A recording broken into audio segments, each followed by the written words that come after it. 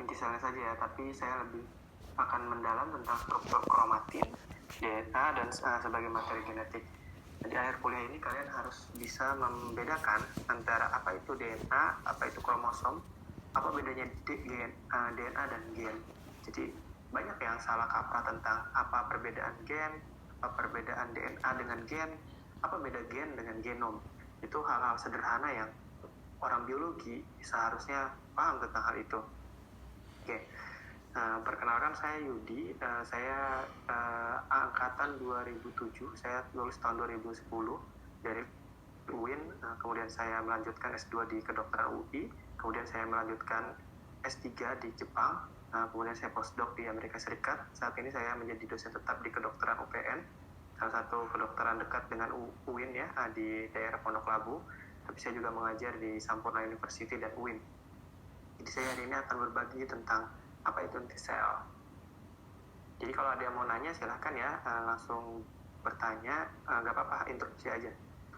Jadi inti sel itu saya akan coba menjelaskan menggunakan kursor ya.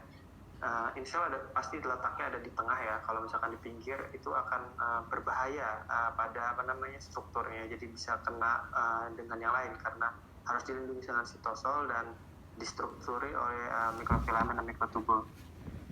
Yang kita akan bahas ini cuma ini. Mungkin kalian sudah membahas tentang apa itu klorofil, tentang lisosom, mitokondria di kuliah sebelumnya. Jadi saat ini saya akan menjelaskan tentang hanya inti sel.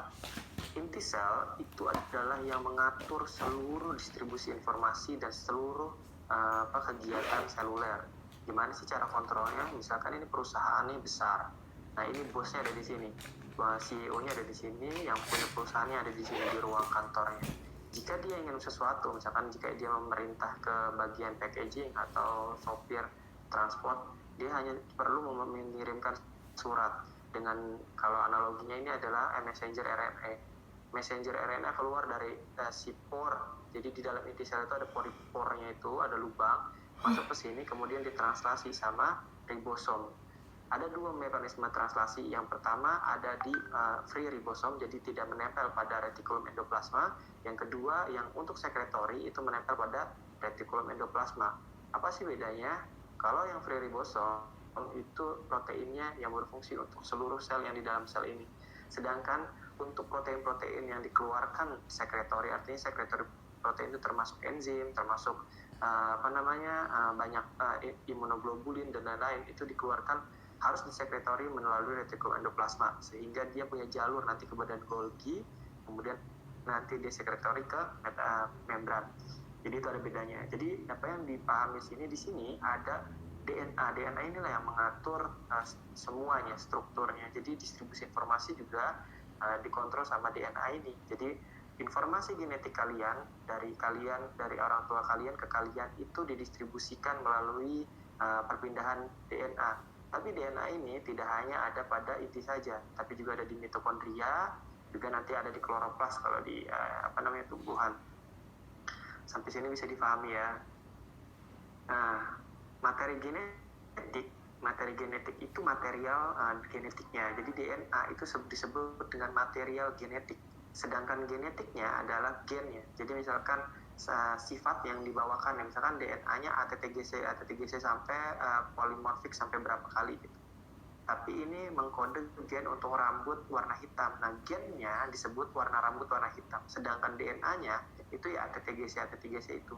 Jadi materi genetiknya adalah DNA, tapi dia mengkode gen. Nah, ini inti sel. Inti sel digambarkan di sini sangat sederhana supaya kalian bisa mencernanya. Di sini ada membran inti sel. Membran inti sel itu strukturnya hampir serupa dengan membran sel. Artinya di sini ada penahanan dari stabilitas antara di sitoplasma dan di dalam nukleus. Di luarnya di sini ada nuclear pore. Nuclear pore inilah tempat keluar mRNA. Tapi kita melihat ke dalam, ini ada kromosom. Kromosom itu hanya bisa dilihat saat fase metafase, saat si kromatin itu terkondensasi, artinya menebal. Pada saat biasa, misalkan pada fase sintesis pertama atau pada interfase, itu kromosom biasanya hanya benang seperti ini. Jadi kalian tidak mungkin melihat kromosom pada misalkan anafasa atau telofasa yang disebut biasanya kromatin. Kromatin itu juga udah terkondensasi. Nah, apa sih isinya di dalam ini? Jika kita telisik, ini adalah gumpalan-gumpalan dari DNA. Digumpal lewat apa? Lewat histon. Nah, protein histon ini, jika kalian bayangkan nih, kalau kalian main layangan, main layangan itu juga kan talinya panjang sekali ya. Bayangkan tali yang sepanjang itu jika tidak ada ikatannya, itu kan semrawut ya. Nah, itu juga sama dengan DNA. DNA juga harus diikat sama si protein histon untuk ikatannya itu lebih terstruktur. Artinya kalau kalian main layangan lagi nanti pas mau diulur, benangnya nggak semrawut. Jadi itu juga DNA. Jadi saat translasi, saat replikasi, itu protein histon sangat berpengaruh. Nukleosom nanti disebut nukleosom kalau dia udah diikat skala 2 kali di histon oktamer, kemudian nanti terkondensasi menjadi kromatin. Kapan disebut kromosom? Ketika misalkan nanti terkondensasi secara penuh, kemudian dia sudah memperlihatkan adanya ujung-ujung dari sentromernya. Jadi sentromer udah kelihatan dan ada tangan-tangannya. Genom itu adalah keseluruhan gen. Jadi kalau gennya ada misalkan gen penyandi rambut, gen penyandi warna kulit, itu gen-gennya. Dari satu hal, misalkan gen insulin. Jadi satu DNA, panjang DNA yang mengkode satu protein insulin. Atau misalkan kalian membuat hormon tertentu. Nah, itu juga bisa menggunakan namanya gen. Tapi kalau genom itu keseluruhan gen dari satu organisme. Jadi seluruh organisme, misalkan semua DNA-nya di-blast, di-sequencing, kemudian disebut itu genomnya seluruhnya. Jadi apa yang disebut genom? Keseluruhan informasi genetik dalam suatu organisme. Informasi genetik inti terletak di kromosom. Jadi ada dua ya sebenarnya. Ada informasi genetik inti atau DNA inti, disebutnya biasanya DNA kebanyakan. Jadi kalau orang ngomongin DNA, biasanya yang ada di inti. Kecuali kalau orang itu menyebutkan mtDNA. Nah, mtDNA itu singkatan dari mitochondrial DNA, atau ada juga di plastida atau di kloroplas. Tapi di organel lain nggak ada. Misalkan kalian mau mencari DNA di retikulum endoplasma, itu nggak ada. Adanya mungkin tempelan-tempelan RNA atau protein. Kalian juga mau mencari DNA di lisosom, itu sampai mati juga nggak akan ketemu karena cuma ada di mitokondria dan plastida di kloroplas. Dan ini jumlahnya juga sangat sedikit dibandingkan dengan DNA inti. Jadi kebanyakan DNA itu ada pada inti sel. Nah, sistem distribusi informasi dalam materi genetik itu jadi kalau misalkan ada satu sel dengan sel yang lain, itu berkembang. Jadi dari satu sel, kedua sel, ketiga sel, misalkan ada tangan kalian misalkan luka sobek. Nah, si yang sobek itu harus ditutup dengan kulit baru. Kulit barunya itu dari apa? Dari sel. Nah, selnya itu harus serupa dengan kulit samping-sampingnya, kecuali kalian kena keloid misalkan. Tapi kalau misalkan kalian secara penutup, itu biasanya kulitnya harus sama dengan kulit sebelah-sebelahnya. Nah, kulit sebelahnya itu terdiri dari sel. Nah, sel kulit itu misalkan nanti itu di dalamnya ada DNA-nya. DNA-nya itu harus didistribusikan. Jadi dari satu sampingnya, kedua, ketiga, keempat, sampai akhirnya menutup. Itu juga sama ketika distribusinya. Distribusi itu penyebaran. Distribusinya jika dari orang tua ke anak, dari anak ke cucu. Nah, itu sama. Jadi ada proses mitosis dan meiosis. Diterjemahkan menjadi informasi bentuk lain dan disebar ke bagian-bagian sel dan lingkungan sel. Ketika gen itu diekspresikan, kemudian terdampak sama lingkungan, itu biasanya disebut fenotip. Jadi itu materi genetik. Kapan sih misalkan ada orang tua bapak ibunya putih misalkan, anaknya juga waktu lahir putih, tapi ketika dia kepanasan terus menerus, akhirnya ekspresi gen melaninnya tinggi, akhirnya anaknya jadi lebih gelap kulitnya. Nah, itu disebut fenotip. Jadi yang tampak pada penglihatan mata, pada kelihatannya itu fenotip yang muncul. Nah, ini fenotip itu harus menjadi gabungan antara genotip dan lingkungan. Jadi kalau misalkan ada rumus genetik itu misalkan F sama dengan G per L. Jadi fenotip adalah genotip dan plus efek dari lingkungan. Nah, pada kromosom, pada pewarnaan, jadi ada kalau misalkan ada orang dengan bayi, misalkan dengan lahir cacat, misalkan ada kelainan kromosom, orang melihat kromosom itu menggunakan pewarnaan. Pewarnaannya disebut banding. Banding itu artinya pewarnaan untuk melihat kromosom. Ada namanya klasifikasi Danver dan Plateau. Kromosom dibagi 7 golongan berdasarkan ukurannya. Jadi di sini ada ukuran-ukurannya. Bagaimana kita mengklasifikasikannya? Itu menggunakan heterokromatin. Jadi yang lebih gelap itu heterokromatin. Nah, ketika kita udah bisa lihat, kita bisa simpan di gambar, kemudian kita tahu, oh ini ternyata ada translokasi, ini ada ini. Nah, itu semuanya ada di inti sel. Nah, kita bahas inti selnya. Nah, struktur kromosom kalau kalian mungkin udah paham sekali ya, nih di sini misalkan ada bentuknya metasentrik, jadi ada di tengah-tengah, ada submetasentrik, ada akrosentrik, ada stelosentrik. Jadi ada 4 bentuk macam kromosom berdasarkan struktur dari sentriolnya, kinetokornya. Kalau misalkan kinetokornya misalkan ada di tengah banget, itu metasentrik. Kalau di sel telosentrik ada di ujung sekali ya. Nah, di sini ada ujung-ujungnya disebut telomer. Telomer ini berpengaruh pada usia. Nah, pada penelitian misalkan kura-kura yang ada di Galapagos, ternyata dia umurnya panjang sekali. Setelah diteliti, ternyata kromosom bagian ujungnya ini sangat panjang. Jadi orang memprediksi bahwa memang ini telomer mempengaruhi usia dari suatu makhluk hidup. Kenapa misalkan kucing umurnya dari sampai 10 tahun? Kenapa manusia rata-rata 60 tahun? Kenapa misalkan yang tua sekali selain kura-kura, mungkin kura-kura yang kita tahu, mungkin kenapa ikan umurnya sangat muda misalkan pada ikan-ikan tertentu, ini dikaitkan sama kromosom dan telomer. Jumlah kromosom pada setiap spesies berbeda. Nah, yang harus kalian pahami bahwa kromosom berbeda-beda ini tidak berkaitan sama tingkat rendahnya dari suatu makhluk hidup. Nah, ini ilmuwan Indonesia yang menemukan menemukan kromosom mula-mula di dunia. Jadi ilmuwan Indonesia inilah yang menemukan jumlah kromosom manusia. Profesor Gio yang dulu di alumni Universitas Indonesia di Kedokteran Hewan, yang sekarang jadi IPB. Jadi kalau IPB itu adalah Universitas Indonesia Kedokteran Hewan sebelumnya. Jadi beliau lulus dari Kedokteran Hewan, beliau ke Amerika Serikat dan menjadi peneliti di sana. Beliau berhasil menghitung 46 kromosom pada manusia. Jadi 46 kromosom pada manusia ini adalah penemuan fundamental pada saat itu. Sel germinal artinya sel-sel tubuh, sel-sel non tubuh artinya sel kelamin mempunyai jumlah kromosom setengah sel somatik. Jelas ya, karena ini nanti akan menjadi isi dari germinal itu. Jadi kalau XX berarti perempuan, XY itu laki-laki. Yang dimana X salah satunya pasti, kalau XX itu dari orang tua bapaknya, satu dari ibunya. Anus kromosom sangat penting, artinya dalam kedokterannya itu untuk diagnosis apakah dia misalkan ada kelainan, kemudian ada pemetaan gen, kemudian ada sitogenetika kanker. Kanker itu dipengaruhi sama si DNA-nya. Jadi penyakit kanker itu disebut multifaktor.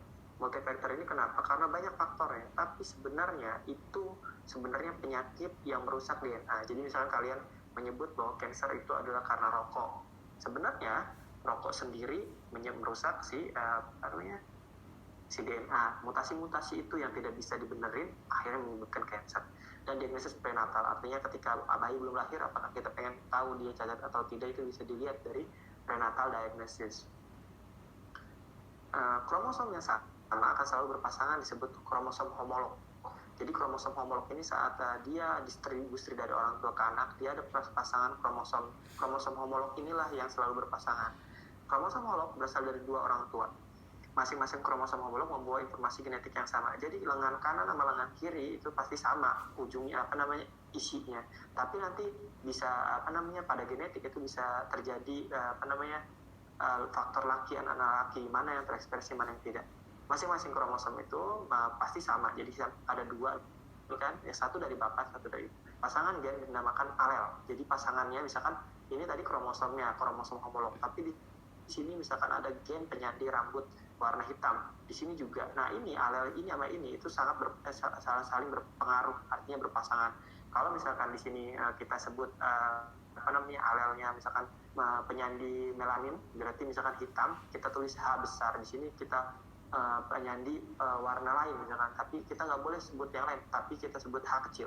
Atau misalkan di sini misalkan ada gen penyandi gen ruptur, misalkan pada tumbuhan ya, misalkan ini ada daun yang besar, B besar. Kita alelnya kita nggak bisa tulis K gitu, nggak bisa. Jadi kita tulis B kecil karena itu alel. Sedangkan tempat gen, misalkan tempat gen alamatnya. Jadi di sini kan ada DNA banyak banget ya. Isinya adalah mengkode-kode gen. Alamatnya, misalkan ini sebuah kompleks, alamatnya itu lokus. Jadi misalnya kalau kalian mau cari alamatnya, alamatnya jangan sampai alamat palsu ya. Nah di sini bisa kalian masuk ke sini. Misalkan kromosom nomor 3 lengan pendek kemudian di bending ke 7, jadi itu namanya lokus. Lokus itu alamat tempat dicari. Apa nanti kaitannya nanti bisa kita tahu bahwa kalau orang misalkan ada mutasi di situ berarti berkaitan sama penyakit ini. Nah itu udah diagnosis seluruhnya. Jadi kalau misalkan kalau mau lihat bisa lihat di lokusnya, lokus nomor berapa menyandi gen. DNA gen dan kromosom itu tidak berpengaruh pada tingkat makhluk hidup. Artinya misalkan pada bakteri itu kromosomnya cuma 1, tapi total DNA base pair-nya ada 4 juta misalkan. Nah, number of kromosom artinya banyaknya kromosom itu pasti berpengaruh dengan banyaknya panjang DNA-nya. Tapi kalau kita lihat misalkan tikus itu dibandingkan dengan manusia, panjang DNA-nya lebih banyak tikus, lebih banyak 1 juta.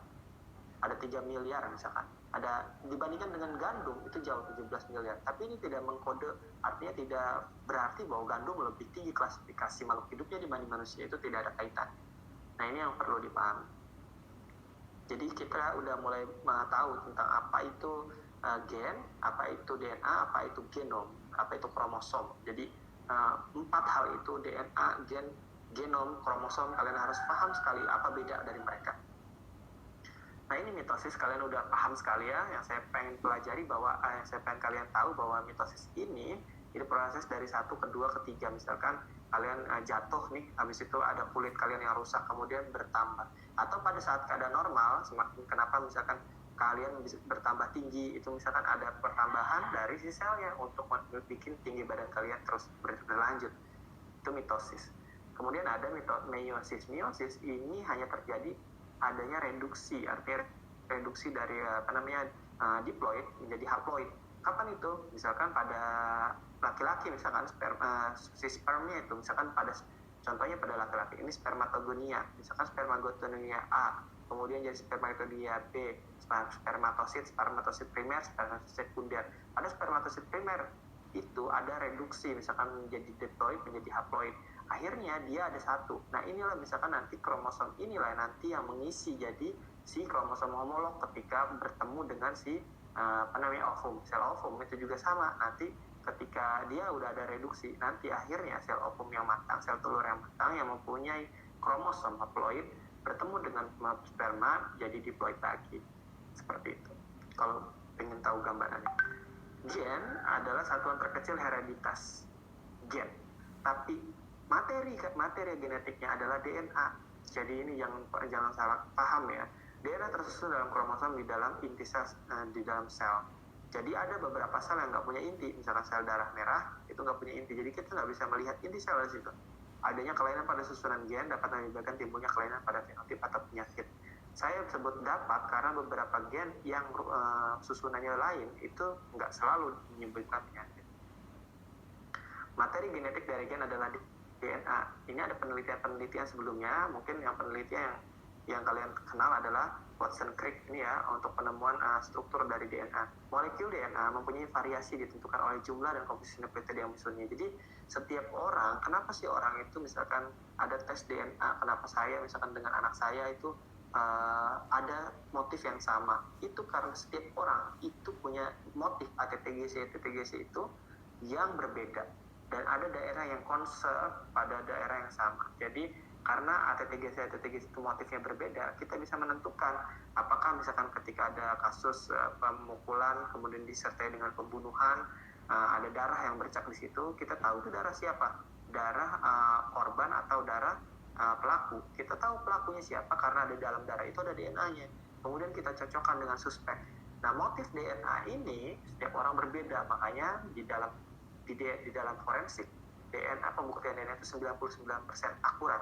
Jadi hanya 1% yang bilang itu tidak akurat, itu nggak mungkin. Jadi kalau ibaratnya kalau kalian dites DNA-nya dengan satu orang yang lain, bahkan orang kembar pun DNA-nya pasti berbeda.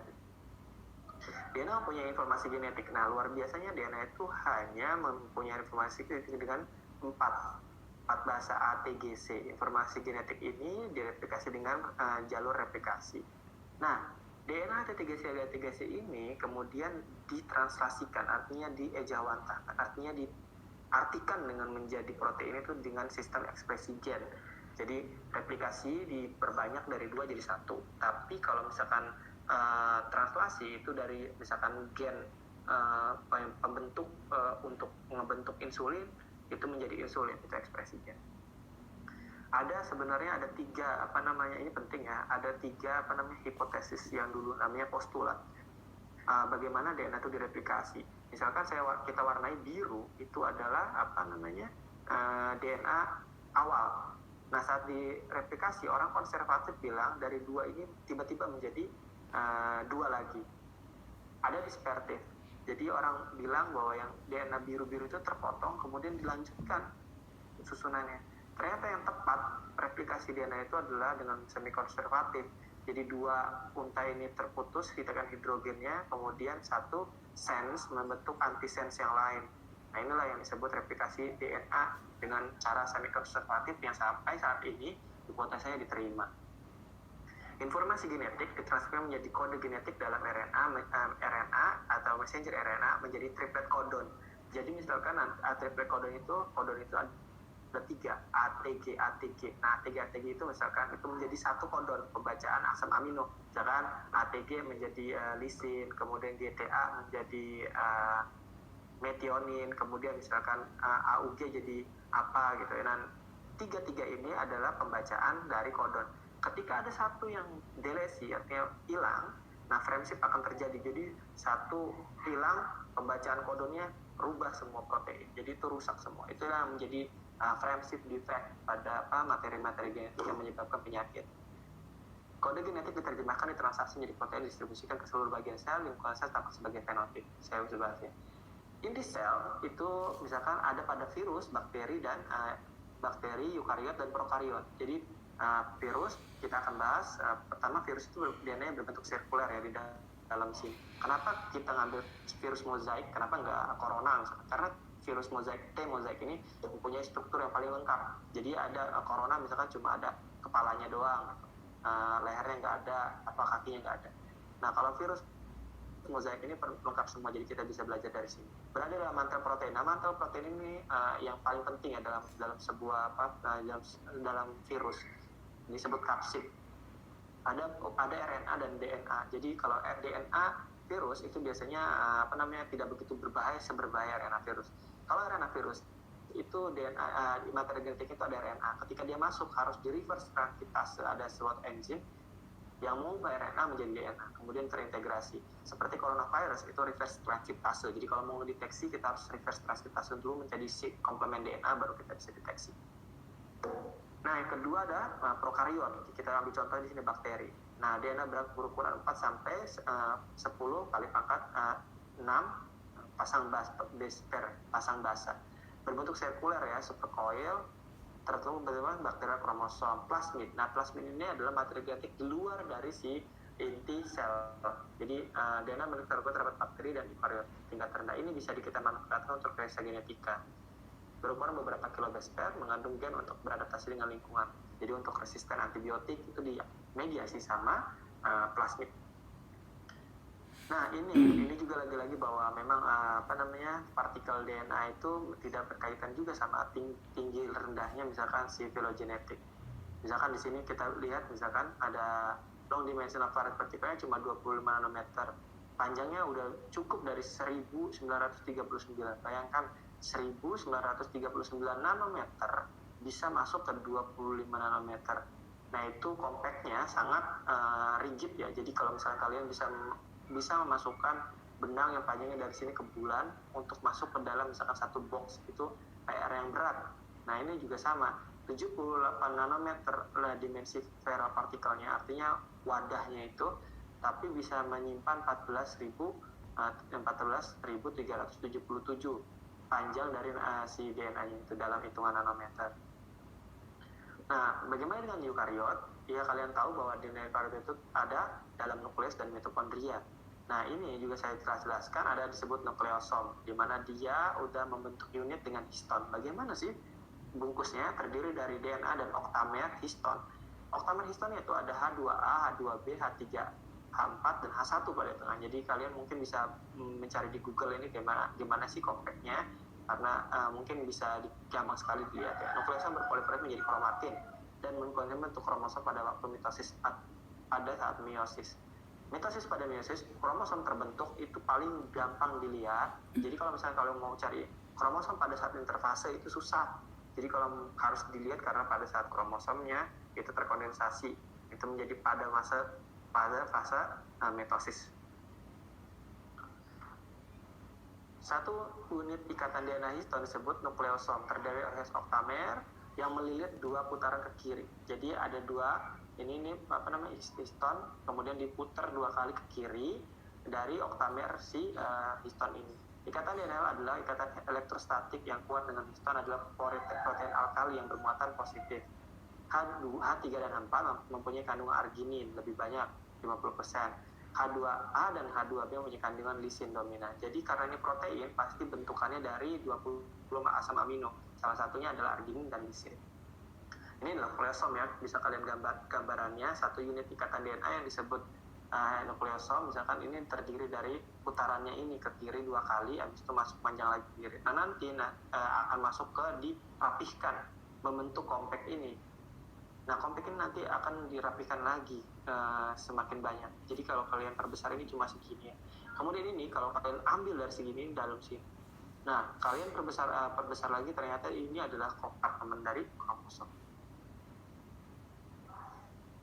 Nah, apa itu gen? Gen adalah sebagian besar gen manusia diselingi oleh intron. Jadi gen itu adalah yang diekspresikan. Pada manusia itu ada ekson dan intron.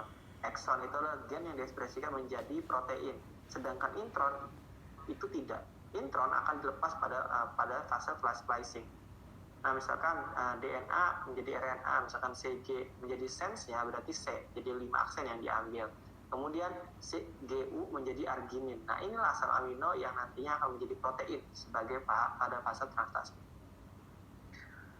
Kromosom manusia itu ada 3 miliar ya, 200 juta pasang basa, ditulis dengan areal. Kalau areal ukuran 10 pada Word itu jaraknya 5.000 km. Sebagian besar DNA merupakan junk DNA, tidak mengkode suatu gen apa yang disebut dengan intron. Dalam suatu gen bisa terdapat ekson tertranslasi dan intron tidak tertranslasi. Pada eukariot mempunyai 46 kromosom. Lagi-lagi saya sebutkan ya, 46 kromosom. Setiap kromosom terdiri satu mol DNA yang berinteraksi dengan histon dan non-histon. Rata-ratanya ada 6,5 kali 10⁻⁷ pasang basa pada setiap 5 cm. Jadi banyak sekali ya, besar sekali dia. 46 kromosom, 2 mDNA dalam nukleus dengan besarnya diameternya cuma 10 mikrometer. Ini bisa kalian imajinasikan ya bagaimana nukleosom terbentuk ya. Kemudian bisa kalian imajinasikan juga bagaimana DNA terbentuk. Nanti saya share.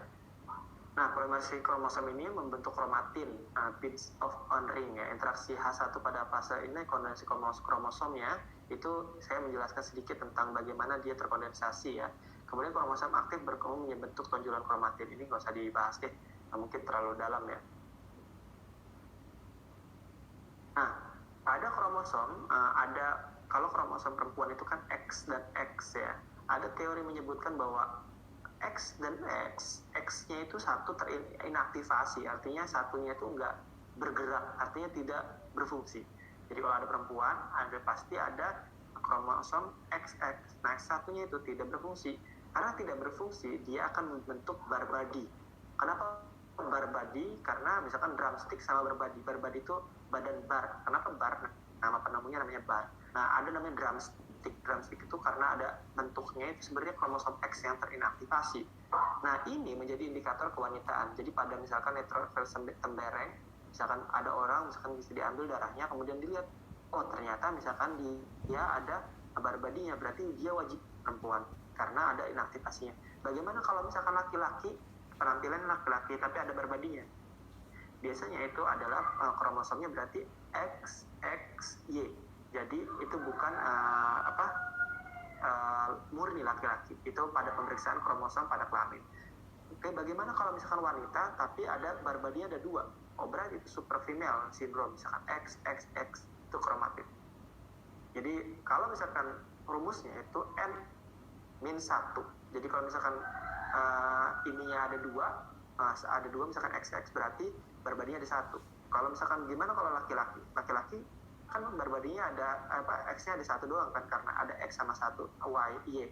Nah itu barbadinya berarti harusnya tidak ada. Kalau misalkan ada berarti kromosomnya XXY. Ini bisa kalian lihat ya, di sini ada barbadi dan drumstick. Ini memang perluan bisa lebih lanjut kalau misalkan kalian mau belajar ini. Ada nitrosom bearing misalkan ada ujung. Nah ini contoh misalkan gen yang panjang sini. Di sini ada exon, intron. Pada saat splicing hanya exon yang bisa di coding region untuk ditranslasikan. Jadi protein yang terbentuk adalah dari warna biru hijau saja. Jadi sementara yang warna kuning itu dibuang.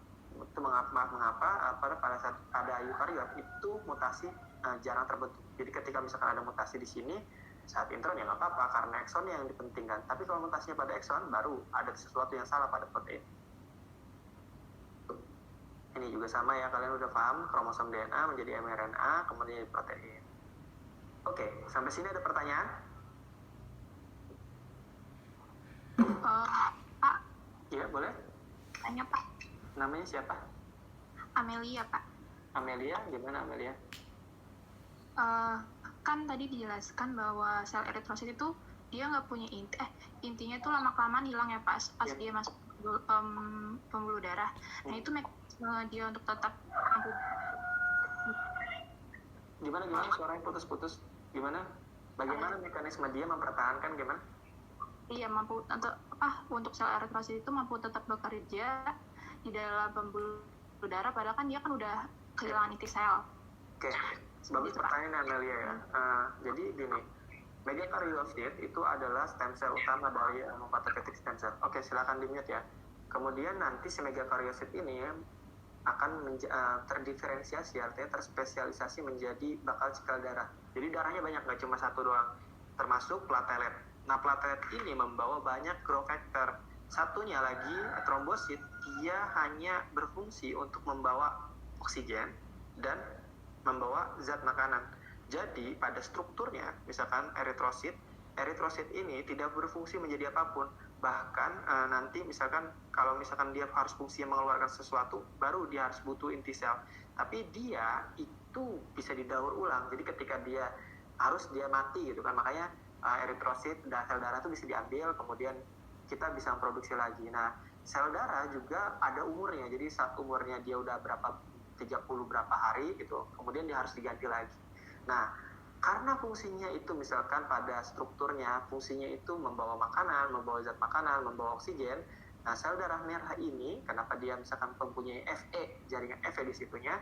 Nah, si sel darah merah inilah nanti sebenarnya fungsinya nggak tergantung sama si inti sel. Jadi inti selnya tidak dibutuhkan lagi. Nah, tapi kalau misalkan cikal bakal darahnya, artinya megakaryositnya atau hematopoietic stem cell-nya yang intinya rusak, baru itu yang bahaya. Jadi ibaratnya sel darah itu bisa disebut sel darah itu bisa juga disebut bukan sel karena tidak ada inti. Tapi karena masih disebut sel karena bentuknya sel dan fungsinya sama untuk sel. Tapi karena dia tidak ada fungsi inti selnya, dia nggak ngeluarin protein apapun, dia tidak melakukan apapun. Protein-protein yang ada di dalam sel darah itu diekspresikan saat dia mempunyai inti sel, artinya pada saat megakaryosit. Gitu, Amel. Ya, terima kasih, Pak. Sama-sama. Ada pertanyaan lain? Oke. Kalau nggak ada pertanyaan, kalian bisa buka handphone kalian. Ya. Kemudian kalian buka open itu kata-katanya ketik aja quizzes.com/join. Oke, saya coba ya.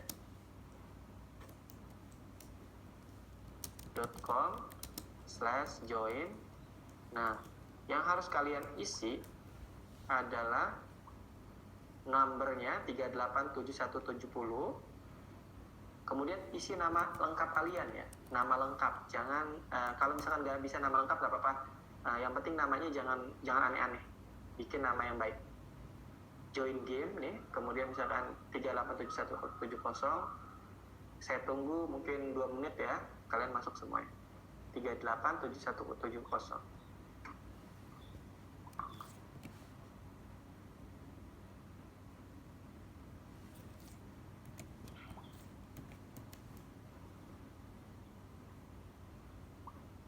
Ini sudah ada yang masuk ya, beberapa. Baru berapa nih? Baru berapa? Oke, saya tunggu ya. Ini untuk apa? Nilai tambahan. Baru 13 orang yang masuk ya, dari total yang kuliah hari ini sekitar berapa? Pak, maaf, tadi berapa kodenya? Kodenya adalah 387170. Oke. Segera ya, ini masih belum banyak yang masuk. Ada 32 ya, tapi yang baru masuk baru 17.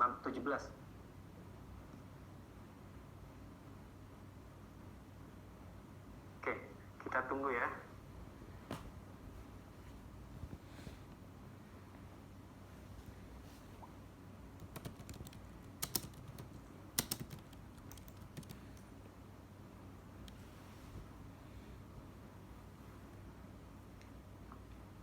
Oke, ini nggak ada yang masuk lagi.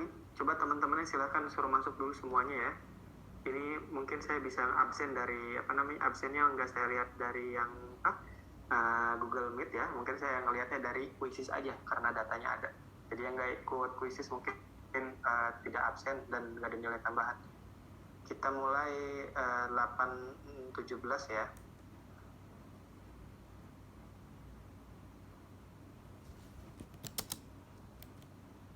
Oke.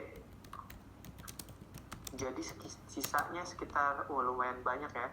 Sisanya 31 dari Bentar ya Pak, soalnya 10 orang. Oke, kita akan mulai jam 8.17.